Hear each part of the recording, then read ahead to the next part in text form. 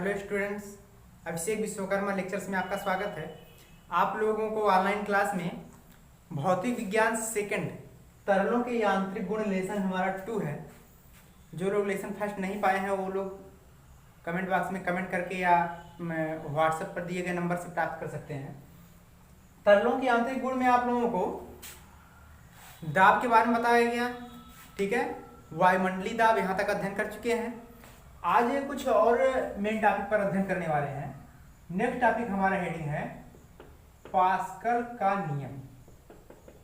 अब पास्कल का नियम देखिए, इंपॉर्टेंट ये भी है पास्कल का नियम। आप लोग नोट्स में सब कंप्लीट करते जाइएगा जितना भी हेडिंग बताया जा रहा है। किसी को समझने में प्रॉब्लम है तुरंत हमसे कहिए, हम बताएंगे, ठीक है। पास्कल का नियम क्या है? जैसे मान लीजिए कि द्रव भरा है, बताया भी क्या है इसको। कोई पात्र है यानी बर्तन जिसे कहते हैं, पात्र में आपका द्रव भरा हुआ है, ठीक है। पात्र में द्रव भरा हुआ है। अब द्रव जो है पात्र के जितने भी बिंदु हैं सब पर दाब लगाकर बाहर निकलने का प्रयास करता है, यानी दाब लगाता ही है। द्रव भरा है किसी पात्र में तो वह पानी क्या करेगा, पानी वह यह कार्य करेगा कि वह बाहर निकलने का प्रयास करेगा, लेकिन यहाँ पर द्रव द्वारा और बर्तन की दीवारों पर एक दाब लगता है। वही दाब जो पास्कल का नियम कहलाता है या द्रव दाब का नियम भी कहलाता है, ठीक है।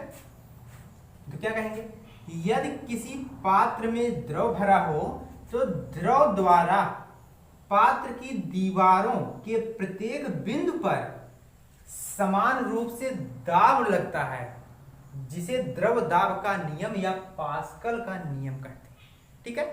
तो इसकी परिभाषा देख लीजिए।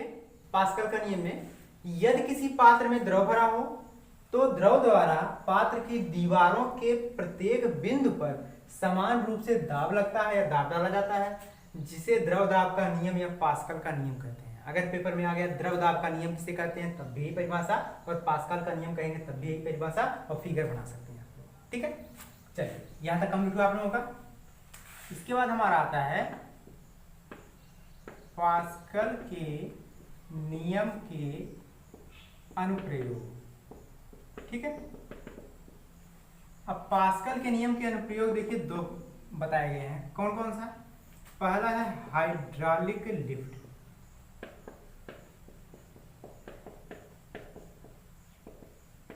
हाइड्रोलिक लिफ्ट या इसी को एक नाम और दिया गया है द्रव चालित लिफ्ट, ठीक है।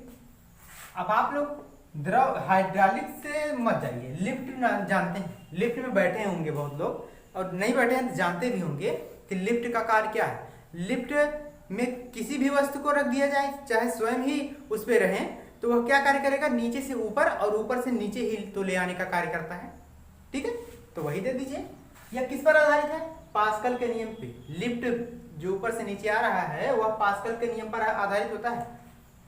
तो कहेंगे पास्कल के नियम पर आधारित यह एक ऐसा उपकरण है जिसकी सहायता से किसी भी भारी वस्तु को सरलता पूर्वक नीचे से ऊपर ले जाया जा सकता है। लिफ्ट का कार्य यही तो है भाई।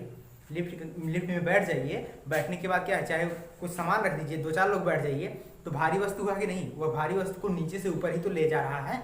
तो वही है पास्कल के नियम पर आधारित यह एक ऐसा उपकरण है जिसके द्वारा किसी भी भारी वस्तु को सरलता पूर्वक नीचे से ऊपर ले जाया जा सकता है, ठीक है।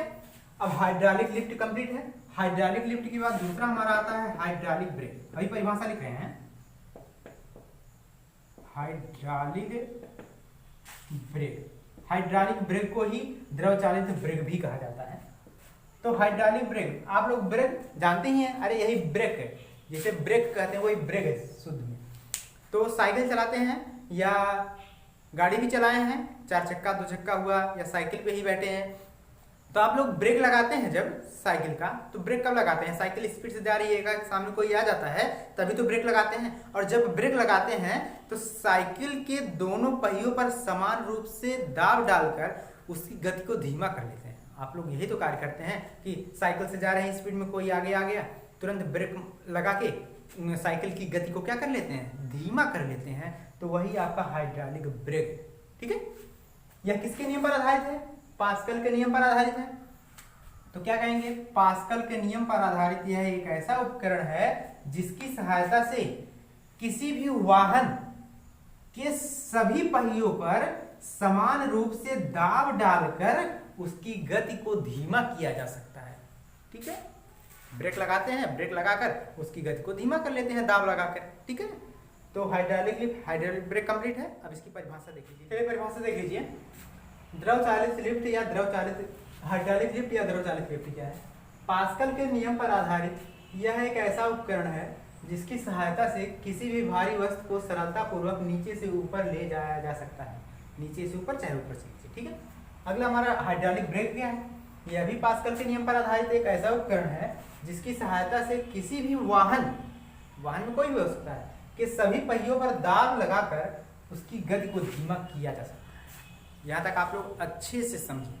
ठीक है, चलिए यहाँ तक कंप्लीट होने के बाद हमारा दूसरा है अगला टॉपिक अविरतता का सिद्धांत। ठीक है, अब अविरतता का सिद्धांत है क्या? ध्यान से देखिएगा। यदि किसी पात्र में द्रव भरा हो तो द्रव के क्षेत्रफल तथा उसके आयतन का गुणनफल क्या होता है? नियतांक होता है। ठीक है, या हम कह सकते हैं लगातार कह सकते हैं A1 V1 equal to A2 V2 equal to M/ρ। यह कहां से आया है आप लोगों को बताया जाएगा, नहीं देख लीजिएगा बुक में। ठीक है, A क्या है? क्षेत्रफल है, V आयतन है, यहाँ भी क्षेत्रफल है, यहाँ आयतन है, M क्या है? द्रव्यमान है, और ρ क्या है? द्रव का घनत्व है। तो अविरतता का सिद्धांत परिभाषा आप लोग लिख लेंगे।